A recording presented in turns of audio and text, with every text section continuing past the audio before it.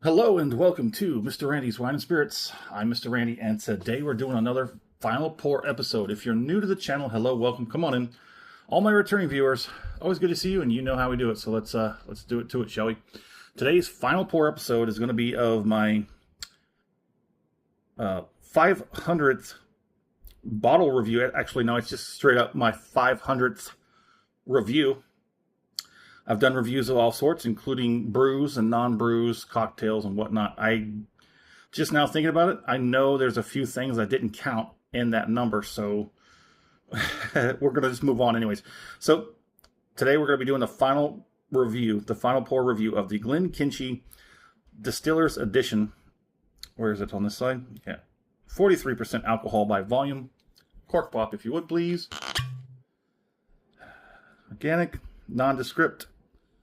We'll go into a separate pile for disposables or whatever, extras. Yeah. Oh. All right. Well, shucks. All right, if you know, you know. Anywho, there it is. So I do a 3-part series to my reviews process. Part 1, off the rip, get it home, crack it open, have my first pour, share my first impressions with you because that's what I do. Part 2, full review time. We're going to drink it down halfway, put the cork back in it, put it on the shelf for a week and a half. Week and a half is good now. Let it give it some time to open up, get its legs, figure itself out. While it's doing that, I go online to find out little as I can. Come back, we talk about it. I'll score it. I'll continue to drink it because Part 3, final pour, thusly named, we're here today. I have this final pour in the glass compared to the first pour off the rip and everything in between. Oh, so let's go ahead and get it under the nose.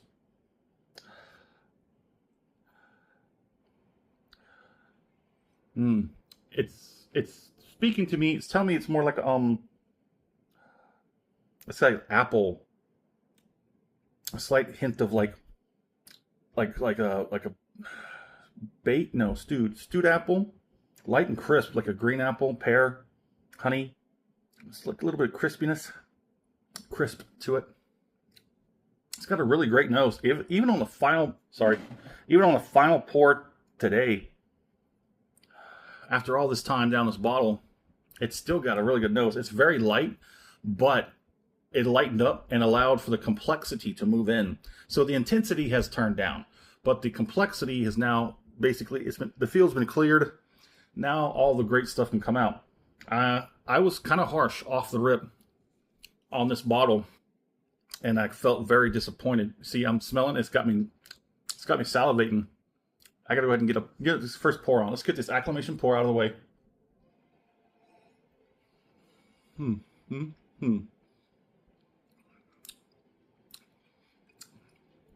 this is surprising because normally I'd tell you that the second third of the bottle is going to be where all the best Scotch like to, really show out what it's got. And I'm still standing on that. But this one, that final third was the best of this bottle. This top third off the rip down to the shoulders was a little tight.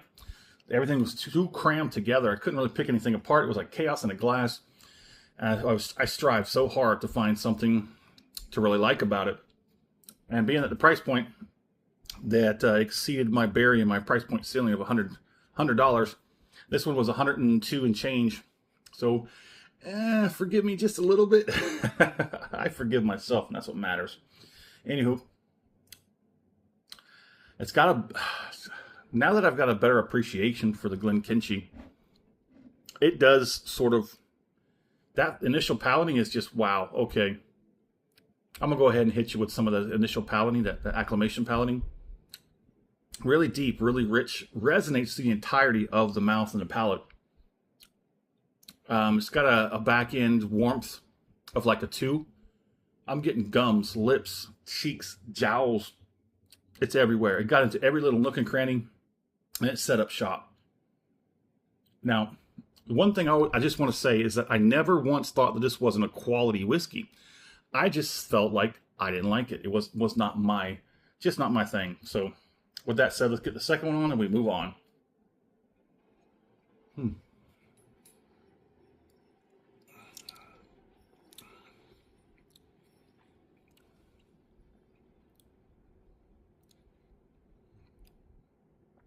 Yeah, still got some pretty good viscosity. Transfers relatively decently to the palate and the mouth. Got a good oiliness that comes on quickly and fades just about as fast.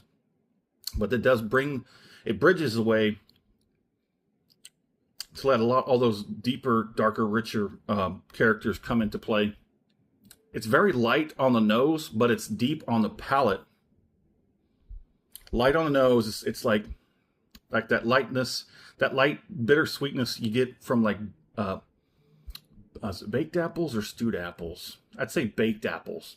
You get like crispiness from like green apples and that sort of mellow sweetness from pears and then honey.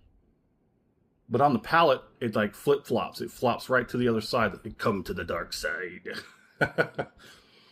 It tricks you on the light on the nose. And then, oh, it's got you on the hook when you get in there on that dark side palate. Dark side palate. Ooh. If you liked the video, go ahead and hit that thumbs up button. If you haven't subscribed to the channel as of yet, go ahead and do so now while you're there. All this content will be coming to you as soon as I release it. Ooh. Okay. That's too much to do a finish on, so we're just going to do a regular finish, and we'll finish this, polish it off after the video.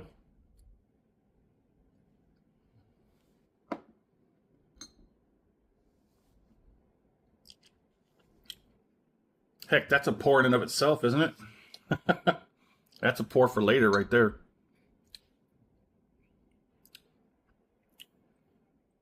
So there is a little bit of light marzipan on the back end, but up front you're going to get some prominent stewed apple, maybe like pear. No, plum, like a stewed plum. It's deep, it's rich. It's kind of got some good sweetness to it, like that deeper, richer sweetness. So it's got a light side nose, dark side palate. The finish is, I would say the heat in the back has finally exceeded a 3, but I don't think it'll go much further than that. Cheeks are pushing, got a good 2 on it. Lips and gums are probably a 1.